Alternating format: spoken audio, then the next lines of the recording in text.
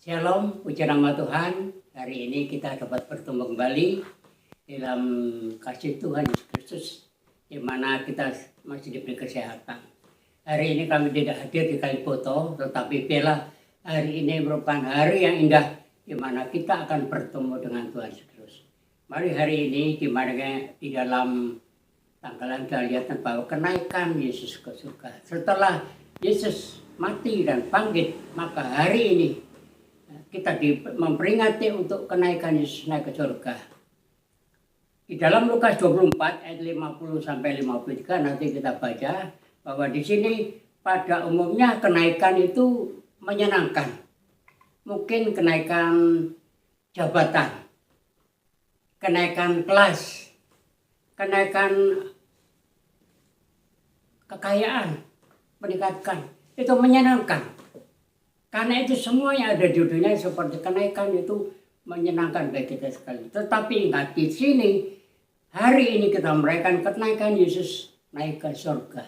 Tujuannya apa? Karena di sini kenaikan Tuhan ke surga kali ini ada untuk keselamatan manusia, untuk keselamatan saudara dan saya.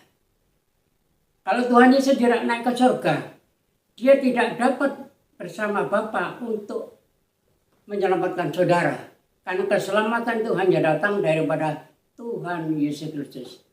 Dia juga seizin dengan Bapa surgawi, dia memberikan arahan supaya manusia di dunia ini diselamatkan, saudara dan saya diselamatkan. Hari ini kita berbahagia kalau kita sudah memperingati kematian Tuhan dan Yesus bangkit, dan hari ini merupakan kesatuan indah bahwa Yesus naik ke surga. Memang pada waktu itu murid-muridnya sedih karena merasa ditinggalkan. Merasa tidak ada lagi yang bersama dengan dia. Tetapi ingat bahwa Tuhan Yesus naik ke surga bukanlah untuk meninggalkan murid-muridnya, meninggalkan saudara saya, tapi untuk menebus dosa manusia. Karena mereka sebagai Allah juga harus kembali pada Bapa surgawi. Mengapa ia kembali ke surga? Mungkin ada pertanyaan. Mengapa dia kembali ke surga? Mengapa tidak bersama dengan muridnya? Karena tugasnya sudah selesai. Tugasnya dari Bapa di surga, dia harus menjadi manusia untuk mati dan untuk menebus dosa saudara. Di sini kita mengapa ia kembali ke surga? Karena kan Yesus ke surga karena tugasnya sudah selesai di bumi ini. Dia mengatakan, sudah selesai, aku harus kembali pada Bapa. Memang tugas dasarnya harus kembali. Memang kesedihan itu waktu Tuhan Yesus berpisah dengan murid-muridnya. Yang sedih adalah murid-muridnya, merasa ditinggalkan. Tetapi kita lihat bahwa dia naik ke surga itu ada tujuannya. Apa sih kenaikannya? Ada tujuannya, yaitu di sini kita lihat ia datang ke dunia untuk membayar dosa manusia. Kalau dia tidak datang ke dunia menjadi manusia, maka dosa manusia tidak dapat dibayar. Dan tujuannya dia membayar dosa manusia. Di dalam 1 Korintus 6 ayat yang ke-20 dikatakan, sebab kamu telah dibeli dan harganya telah dibayar lunas, karena itu muliakanlah Allah dengan tubuhmu. Jadi dia membayar dosa saudara, ada perintahnya. Memang kalau orang membayar harus ada imbalannya apa.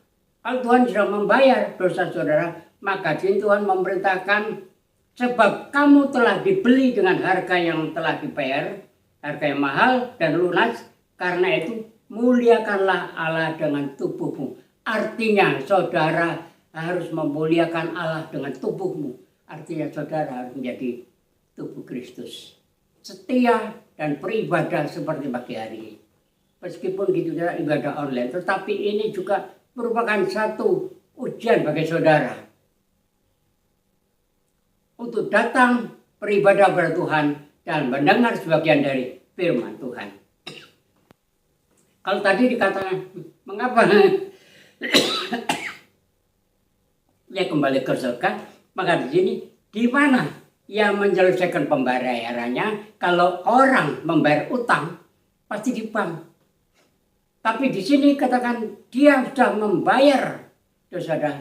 Di mana? Ada pertanyaan, di mana dia membayar dosa saudara? Di dalam Yohanes 19 ayat yang 30 dikatakan sesudah Yesus meminum anggur asam itu, berkatalah ia, sudah selesai. Jadi dia membayarnya di atas kayu salib. Sudah dihina, ditusuk, dipaku. Dia membayar, katakan sesudah Yesus meminum anggur asam itu, ada yang terakhir dia katakan sudah selesai. Artinya Yesus membayar dosa saudara di atas kayu salib. Ini yang perlu saudara renungkan, bahwa Yesus itu mengasihi saudara. Yesus mati untuk saudara dan saya. Maka apa balas saudara? Kecuali satu tadi, muliakanlah Tuhan Allah dengan tubuh. Artinya kita harus setia, taat, dan menyerahkan kehidupan kita kepada Tuhan Yesus Kristus. Lalu dia mendudukkan kepalanya dan menyerahkan nyawanya. Setelah dibayar lunas, dia mendudukkan kepalanya dan dia menyerahkan nyawanya kepada Bapa surga. Mungkin ada pertanyaan, loh kok menyerahkan nyawa? Iya, menyerahkan nyawanya secara manusia, dia menyerahkan nyawanya, tapi rohnya akan kembali kepada Bapa. Dia kembali lagi sebagai Allah di surga. Itulah yang harus saudara renungkan hari. Mengapa kenaikan Tuhan Yesus ini diperingati seluruh dunia hari ini? Karena Alkitab sudah mengatakan bahwa dia akan kembali ke surga untuk menyelamatkan saudara dan saya. Itu yang pertama, kenaikan Tuhan Yesus ke surga, tugasnya sudah selesai. Kalau tugasnya sudah selesai, maka di sini yang kedua, ia kembali ke surga supaya ia dinobatkan lagi sebagai Tuhan. Dia kembali ke surga supaya dia dinobatkan lagi sebagai Tuhan. Awalnya dia Tuhan, Bapa, Anak, dan Roh Kudus jadi satu. Tritunggal yang hari ini banyak orang bingung. Bahkan orang-orang sebelasan mengatakan, mengapa Allah tiga? Sebenarnya tiga Allah itu satu. Allah Bapa, Allah Anak, dan Allah Roh Kudus satu. Karena Yesus sebagai Allah juga, maka dia setelah ke dunia untuk mati di kayu salib dan naik surga, dia kembali lagi untuk dinobatkan lagi menjadi Allah. Maka dia kembali ke surga itu bukanlah satu hal yang biasa, tapi hal yang harus kita banggakan bahwa dia sebagai Allah, maka dia kembali lagi dinobatkan sebagai Allah. Mengapa tidak dinobatkan di dunia? Ya beda, orang akan bertanya, loh dinobatkan kembali kok langsung kembali. Yang nobatkan di dunia itu adalah manusia yang telah ditebusnya. Maka dia harus dinobatkan kembali sebagai Allah, yaitu kembali pada surgawi. Itulah tujuan pada hari ini, bahwa dia naik ke surga adalah untuk kembali menjadi wujud sebagai Allah. Dan berbahagialah saudara hari ini bahwa Allah menyertai saudara. Allah memberikan satu jawaban bahwa dosa saudara sudah dibayar lunas hari ini. Setialah dan taatlah bahwa dosa saudara sudah tebus. Kalau ia kembali ke surga supaya ia dapat dilihat sebagai Allah, maka di dalam Matius 17 ayat 14 dikatakan, aku telah memberikan firman-Mu kepada mereka dan dunia membenci mereka karena mereka bukan dari dunia, sama itu aku bukanlah dari dunia. Aku telah memberikan firman-Mu kepada mereka dan dunia membenci mereka karena mereka bukan dari dunia. Semua itu aku bukan dari dunia. Karena dia bukan dari dunia, maka dia hanya menyampaikan firman. Dan firman itu dibenci oleh orang. Dibenci oleh orang Yahudi, Farisi membencinya. Tetapi firman itu tetap hidup. Dan sampai hari ini firman itu adalah merupakan satu kehidupan. Karena firman itu juga Allah. Dibenci siapapun, tapi firman itu akan hidup dan akan terus berlanjut sampai akhir dari dunia ini. Oleh sebab itu, biarlah hari ini Yesus naik ke surga ada tujuan untuk yaitu supaya dia sebagai Allah dikembalikan kepada wujudnya sebagai Allah di surga. Selanjutnya, Yohanes 18 ayat 36 dikatakan penobatan itu harus dilakukan di surga. Mengapa tidak di dunia saja? Karena dia bukan manusia. Karena dia bukanlah manusia biasa. Dia adalah Allah. Maka kalau dinobatkan harus kembali lagi pada surgawi. Kerajaanku bukan dari dunia ini. Jika kerajaanku dari dunia ini, pasti hamba-hambaku akan melawan aku. Supaya aku jangan diserahkan kepada orang Yahudi. Akan tetapi kerajaanku bukan dari sini. Artinya dia mengatakan bahwa kerajaanku bukan di sini. Tapi kerajaanku di surga. Maka aku layak untuk kembali ke surga.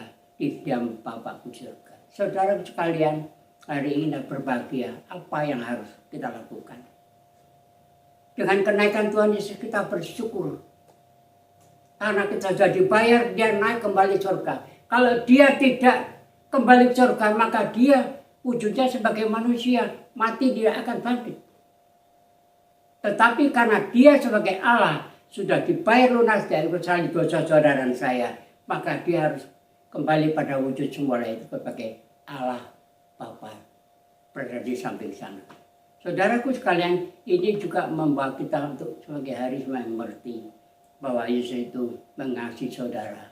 Hari ini berapa orang kita berkumpul, tetapi kami percaya Yesus hadir di kehadiran saudara di tempat itu.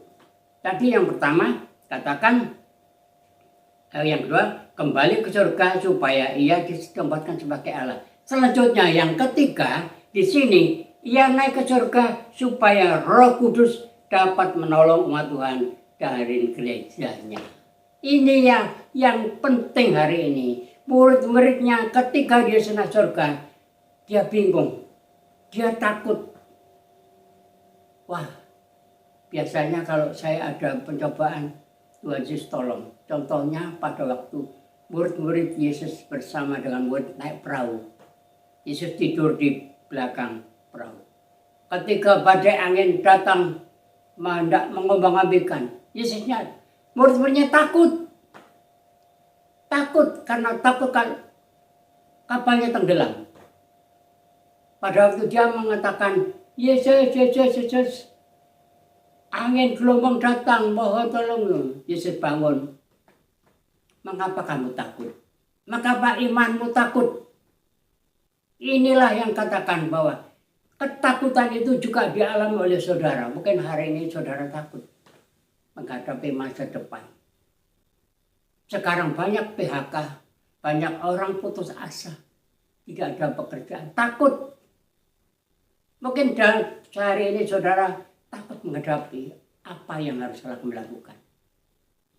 Juga untuk anak-anak saya ini, apakah bisa lanjut sekolah?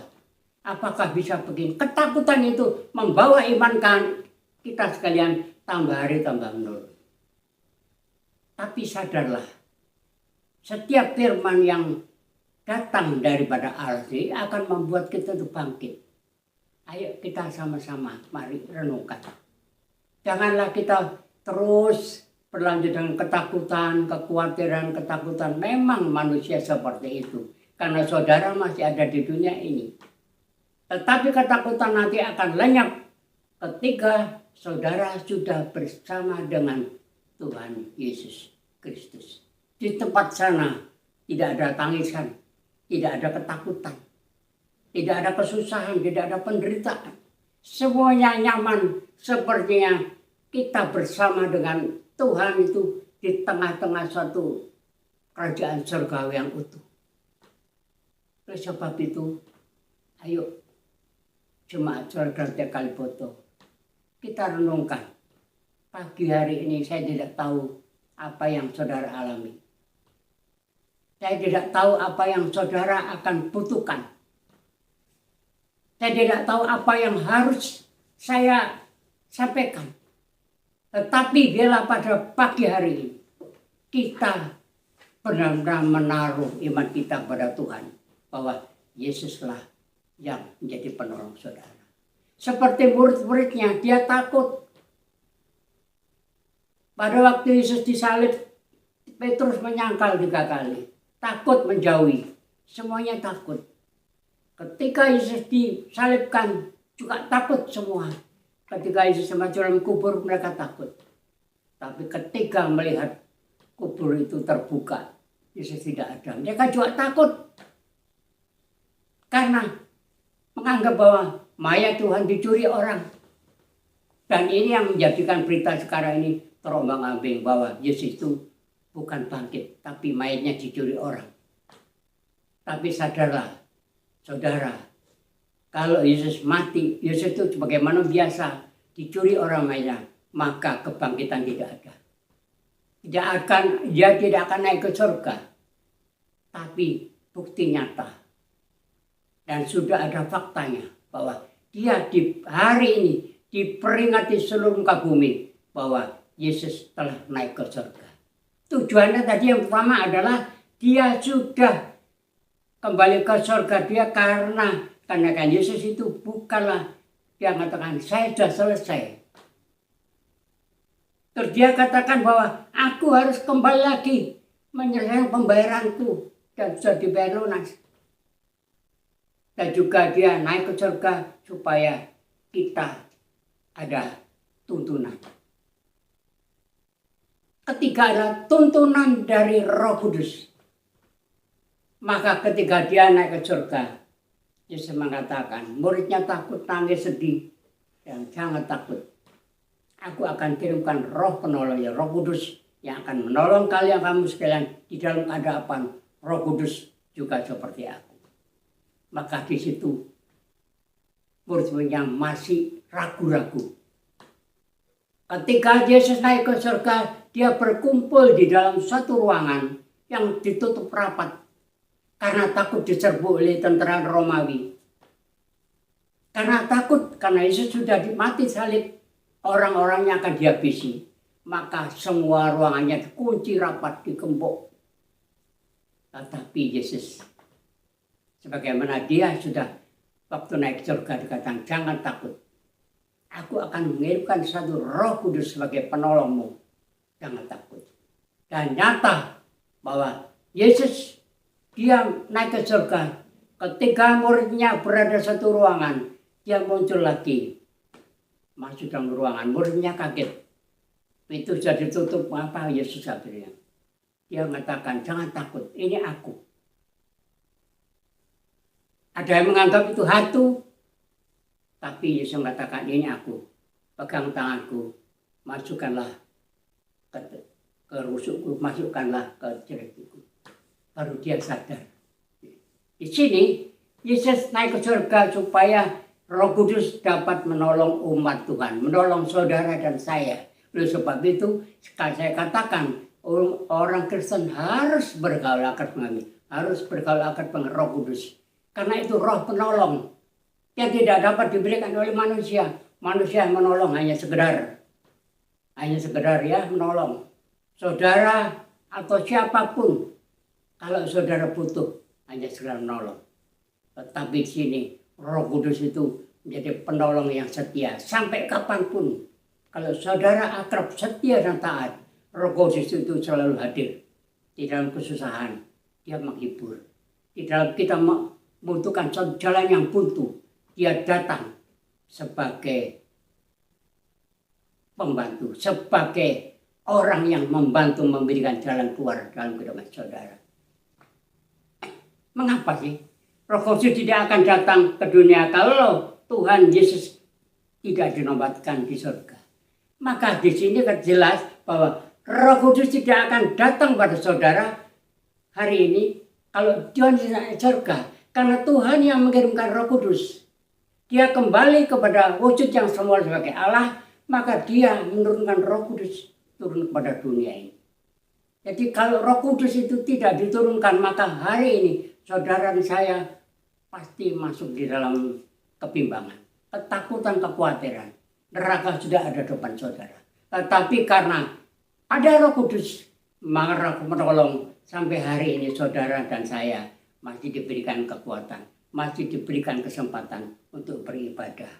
Roh Kudus itu di dalam Yohanes 7 ayat 39 katakan yang dimaksudkannya ialah roh yang akan diterima oleh mereka yang percaya kepadanya, sebab roh itu belum datang karena Yesus belum dimuliakan. Ketika Yesus dimuliakan, maka Roh Kudus itu hadir. Ketika saudara beribadah, muliakan nama Tuhan, bernyanyi pujian, undang Roh Kudus, maka Roh Kudus hadir. Jadi Roh Kudus itu bukan pesuruh saudara. Muliakan dulu namanya, sanjung, dan dengan pujian-pujian, maka Roh Kudus itu hadir. Apa yang saudara minta, Roh Kudus akan menjawab saudara. Selanjutnya, apa sih Roh Kudus itu? Roh Kudus datang untuk memimpin umat Tuhan ke dalam kebenaran. Dikatakan di dalam Yohanes 16 ayat 13 bahwa Roh Kudus itu datang untuk memimpin umatnya menuju pada jalan kebenaran. Tanpa ada Roh Kudus, saudara tidak dapat menemui jalan. Semua jalannya buntu. Hari ini banyak orang menemui jalan buntu. Ketika menghadapi banyak tantangan-tantangan, hatinya, pikirannya buntu. Kemana harus? Tapi karena ada Roh Kudus, maka Roh Kudus memimpin saudara untuk menuju pada jalan kebenaran hidup. Selanjutnya terakhir, Roh Kudus datang untuk memberikan kuasa bagi umat Tuhan dan gerejanya supaya menjadi berkat bagi orang lain. Supaya selesai di dalam Kisah 1 ayat 8 katakan, tetapi kamu akan menerima kuasa kalau Roh Kudus turun ke atasmu dan kamu akan menjadi saksiku di Yerusalem dan di seluruh Yudea dan di Samaria dan sampai kepada ujung bumi. Puji nama Tuhan, Roh Kudus ini sudah diberikan pada saudara saya di dalam Kisah 1:8. Hari ini Yesus naik, tidak usah takut lagi. Wajar kalau saudara takut, tidak bisa makan, tidak bisa membayar ini, tidak bisa. Tetapi Roh Kudus ini sudah hadir hari ini, sambut dia. Karena dia naik ke surga untuk menyediakan tempat bagi saudara, untuk mengatakan bahwa aku ini Allah. Asal dari Allah, aku juga kembali kepada Allah. Dan Tuhan sudah mengatakan, jangan khawatir, aku naik ke surga untuk menyediakan tempat bagimu, aku untuk mengirimkan Roh Kudus. Maka kita bersyukur hari ini. Puji nama Tuhan, kalau hari ini kita memperingati Yesus naik ke surga, bersyukurlah. Karena Tuhan akan turunkan Roh Kudus. Apapun kesusahan saudara, apapun penderitaan saudara hari ini, yakinlah Roh Kudus hadir. Akan hadir di rumah saudara, hadir dalam pribadi saudara. Jangan takut. Karena ada roh yang menolong saudara. Bahwa roh ini bukan dari dunia, tapi roh ini, Roh Kudus datang dari Allah Bapa sendiri. Yang tahu akan segala kebutuhan, tahu akan segala masalah saudara. Roh Kudus mampu memberikan kekuatan, memberikan jalan keluar. Apapun keadaan saudara. Saudara, hari ini banyak saya akhiri supaya saudara yakin. Di masa-masa seperti ini, banyak orang meramal akan susah, akan terjadi bencana kelaparan. Sudah nyata, tidak usah khawatir. Orang mengatakan begini-begini, tak ada di dalam firman Tuhan. Asal saudara mau di firman Tuhan, maka inilah masa-masa di mana masa sulit ini sudah tiba. Dan ini mulai awal saja. Dan nanti kegenapan Tuhan akan datang pada waktunya. Oleh sebab itu setialah dan taatlah. Jangan khawatir lagi. Yesus naik ke surga. Sudah menjadikan tempat bagi saudara. Sudah mengirimkan Roh Kudus. Hari ini ambillah Roh Kudus itu. Caranya bagaimana? Muliakanlah dia dulu. Dan pujilah dia, sanjung dia. Maka Roh Kudus hadir. Apapun kesulitan saudara, jangan takut. Orang mengatakan tahun ini merupakan tahun bencana. Ada yang mengatakan ada gempa bumi. Kemarin saya lihat tanggal nanti 25 ada gempa bumi. Supaya begini, itu adalah isu di mana iblis mengombang-ambingkan iman saudara. Tetapi hari ini, yakinlah, taruhlah Yesus di dalam rumahmu, taruhlah Yesus di dalam hatimu, maka dimanapun kita berada, maka Yesus itu adalah penolong. Dan hari ini Roh Kudus sudah ada diberikan pada saudara, sambut dia, dan saya percaya bahwa Yesus akan memberkati saudara. Puji nama Tuhan, saya akan berpanjang meskipun hari ini firman cukup pendek, tetapi kami percaya bahwa inilah firman. Makna kenaikan Tuhan ke surga itu ada tujuannya. Jadi bila mana saudara ketemu orang yang tidak tahu kenapa Yesus naik ke surga, yaitu tadi karena dia sudah tugasnya sudah selesai dan saudara Yesus sudah membayar lunas dosa kita, maka dia kembali kepada Bapa surgawi, dia mengirimkan Roh Kudus. Sebab itu berbahagialah hari ini jemaat sholat raja yang dikasih Tuhan, tetap setialah meskipun kita hanya berapa orang. Tapi kami percaya asalkan Yesus mengatakan 2-3 orang memanggil namaku, aku hadir. Dan hari ini saya percaya Yesus hadir di tempat ini. Dan percayalah tetap setia dan taat. Yesus akan memberikan Roh Kudus kepada saudara sekalian. Terima kasih Tuhan Yesus memberkati. Sampai berjumpa lagi. Mari kita berdoa bersama-sama. Kita tutup ibadah ini. Tuhan terima kasih. Kami bersyukur hari ini Tuhan sudah memberikan kami pencerahan. Tuhan sudah mengirimkan Roh Kudus. Lalu kan Engkau naik ke surga. Engkau kembali lagi ke dunia ini untuk mengadili manusia sebagai manusia yang bersalah. Tetapi dosa kami sudah Engkau tebus di kayu salib. Dan hari ini Engkau sudah naik ke surga dan mengirimkan roh melalui Roh Kudus. Biarlah hari ini jemaat kasih Tuhan Kalipoto dan Sastor Koro dimanapun saudara berada, percayalah Yesus naik ke surga bukanlah suatu kita ditinggalkan, bukan tangisan, tapi dia menyediakan tempat bagi saudara saya. Dan percayalah bahwa inilah kenaikan Tuhan ke surgawi untuk menyediakan tempat bagi kita sekarang. Terima kasih, terpujilah namamu, saudaraku sekalian. Pulanglah ke rumah dengan selamat. Nikmati berkat Tuhan hari ini. Kiranya kita angkat tangan ke atas. Terimalah berkat dari Allah Bapa. Damai sejahtera dari Tuhan Yesus Kristus. Dan persaudaraan kudus akan menjadi saudara hari ini. Sampai Tuhan datang kembali. Terima kasih di dalam nama Yesus. Kita sudah berdoa dan mengucap syukur. Haleluya. Dalam nama Yesus kami sudah berdoa. Haleluya. Kita sama-sama katakan amin. Puji nama Tuhan memberkati. Sampai ketemu lagi di depan.